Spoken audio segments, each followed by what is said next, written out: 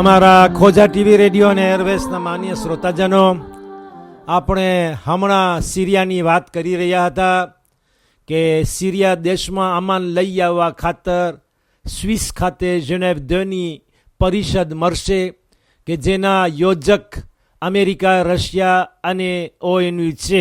તો સિરિયાની એક બાજુ સ્વિસ ખાતે મળનાર જેનેવ 2ની કોન્ફરન્સ માટે એક બીજા દેશો લડી રહ્યા છે કે કોણ તેમાં હાજરી આપે અને કોણ નહીં. ત્યાં સિરિયા અને તુર્કીના સરહદ ઉપર ગાડીનો બોમ્બ ધમાકાના કારણે 16 માણસો માર્યા ગયા, સહેજ મોર, અને તેમાંથી 6 તો આતંકવાદીઓ એ વિરોધીઓ બળવાખોરો હતા અને 20 માણસો ઘાયલ થયા, 20 બ્લેસે. સિરિયાની જમીન ઉપર એવા બોમ્બ ધમાકા ઉપરાંત જબરદસ્ત જંગ ચાલી રહી છે. ભીષણ લડાઈઓ કેર ઉતારી રહી છે. હવે આપણે એક બીજું દેશ જોઈએ, યુક્રેન. પૂર્વ યુરોપ ધ લેસ્ટનું રાજ કે જે તેના વિસ્તાર સુપરફિસીના પ્રમાણમાં યુરોપનો બીજો દેશ ગણાય છે. ત્યાં આશરે 45 મિલિયન 45 મિલિયન હાબિટન્ટ વસાહત છે. ઘણો સમય થયો યુક્રેન ખાતે બળવો ચાલી રહ્યો છે.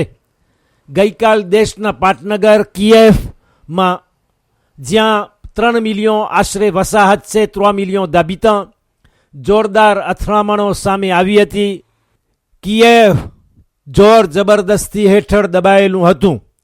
આગલી રાતના હિંસકભરી ઝપાઝપી થઈ હતી.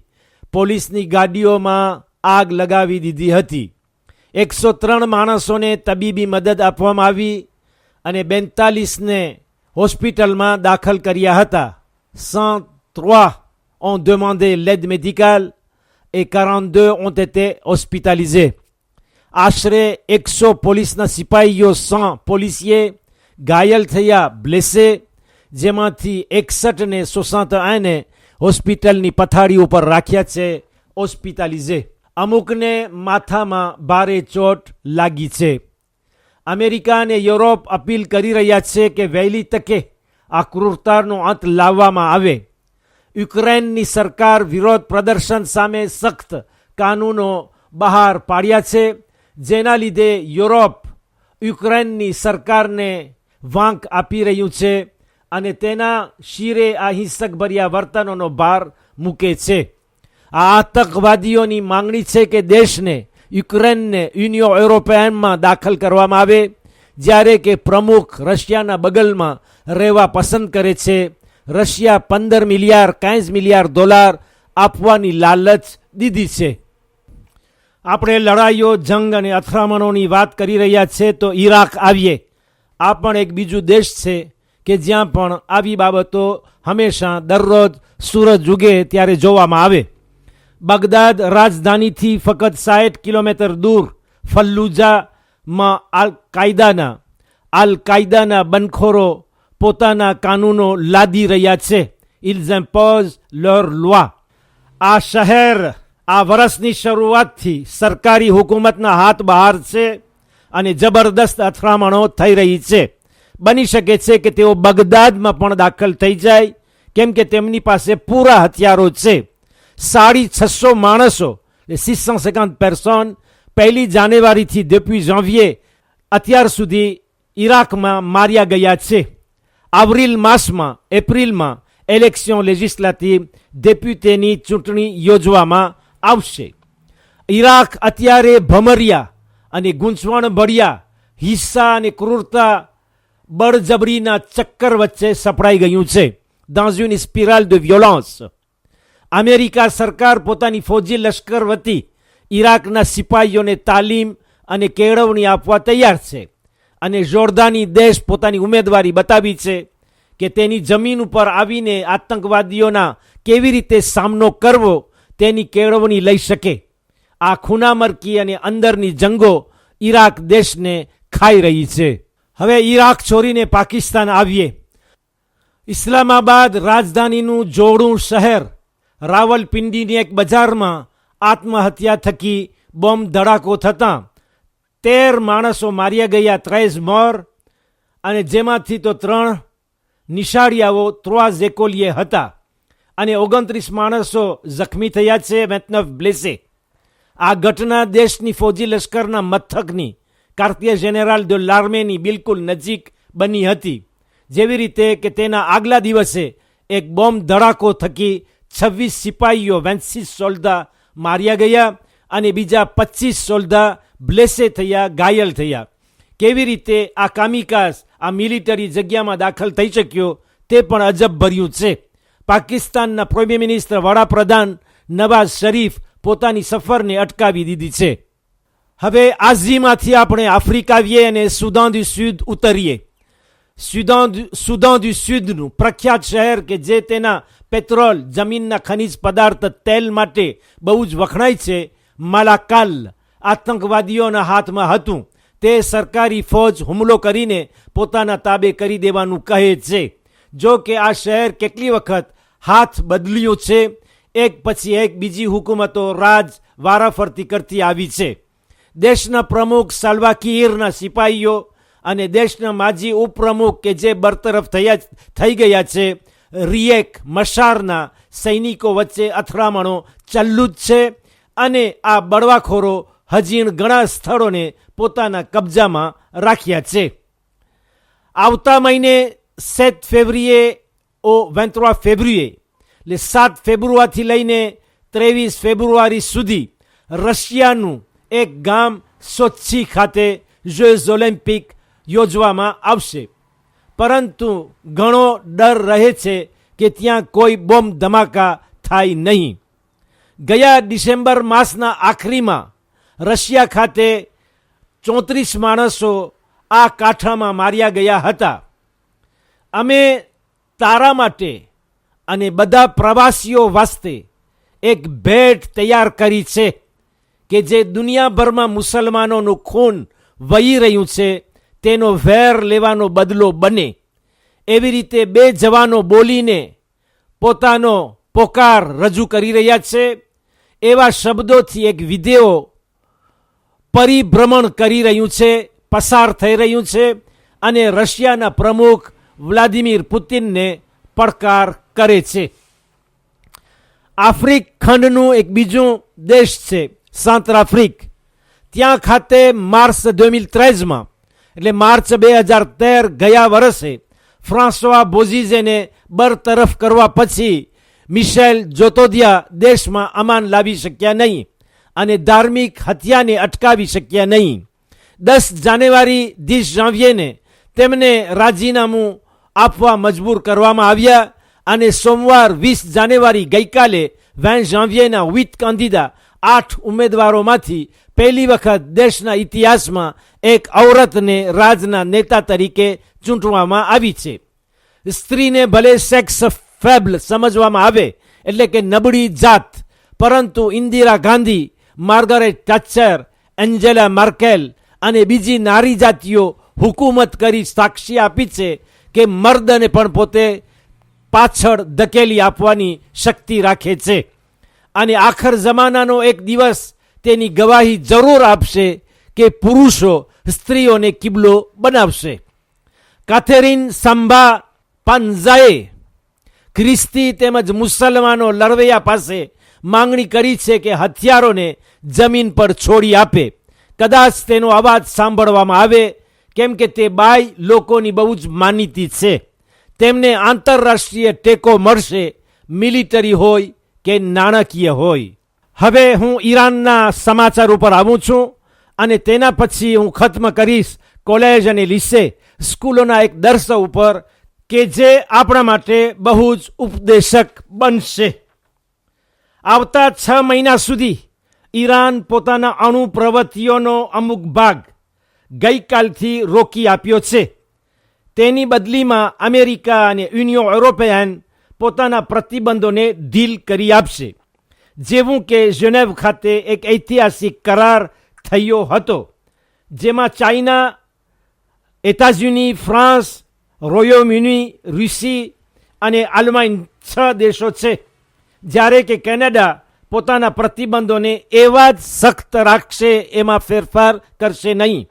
છતાં જાણવાનું કે પેટ્રોલમાંથી ઉપજતી 30 મિલિયાર્ડ 30 મિલિયાર્ડ ડોલરની આવકથી અને 100 મિલિયાર્ડ ડોલર ઈરાનના પૈસા જે બહાર દેશમાં પડ્યા છે તેનાથી ઈરાન દેશ હજીણ મહેરૂમ રહેશે.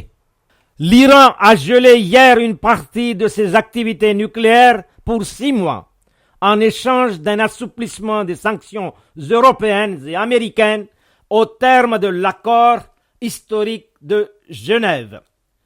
L'essentiel des sanctions maintenues pour le moment va toutefois priver l'Iran de 30 milliards de dollars de revenus provenant du pétrole sur 6 mois, tandis que la plupart des avoirs iraniens à l'étranger, près de 100 milliards de dollars, resteront gelés, a souligné la Maison Blanche.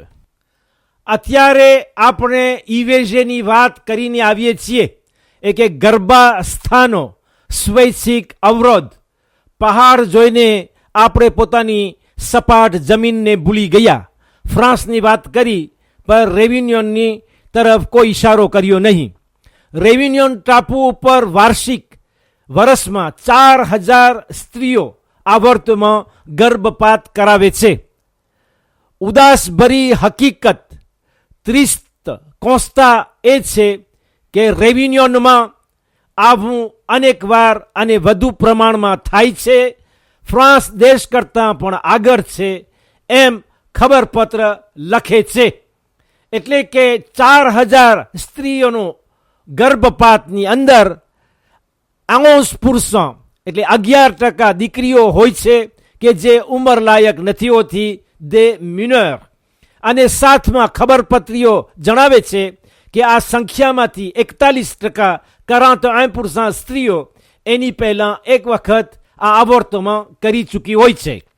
13% 13% બીજી વખત કરાવે છે અને 4,7% આશરે 5% 3 વખત અથવા તેનાથી વધારે અબોર્ટમાં કરાવી ચૂકી છે.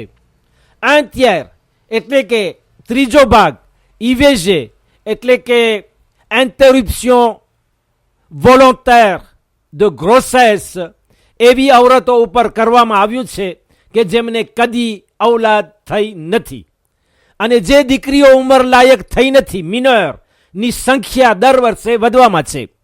en 2011ની સાલમાં sur 486 femmes એટલે 486 મહિલાઓમાંથી 54 દીકરીઓને હજી પૂરા 15 વર્ષ થયા ન હતા. 54 filles moins de 15 ans. France દેશમાં ઇવેજે interruption volontaire de grossesseની છૂટ 1975થી 1975થી આપવામાં આવ્યું છે. યાને તે આવર્તમાં ગર્ભપાત છે પરંતુ તેને ખૂબસૂરત નામ ઇવેજે interruption volontaire de grossesse યાને ગર્ભાસ્થા પેટસર હાલત હમલને પોતાની મરજીથી ઈચ્છા પ્રમાણે રોકી દેવો એવો ખૂબસૂરત નામ આપ્યો છે. ફ્રાન્સ પોતાના કાનૂનને વધુ ફેલાવવા ચાહે છે જ્યારે કે બાજુમાં એસ્પાન દેશ તેને સંકળાવવા પસંદ કરે છે. સ્ત્રી પોતાનું હમલ રોકી શકે છે અગર તેની પરિસ્થિતિ તકલીફ ભરી હોય, dans une situation de détresse. હવે આ વાક્ય શબ્દો situation de détresse કાઢી નાખવામાં આવશે અને જે કોઈ આવું કરવા એટલે આ વર્તમાન કરવા અટકાવે તો તેને સજા આપવામાં આવશે. કાનૂન વધુ સ્પષ્ટ અને વિસ્તૃત બની જશે. la législation plus élargie.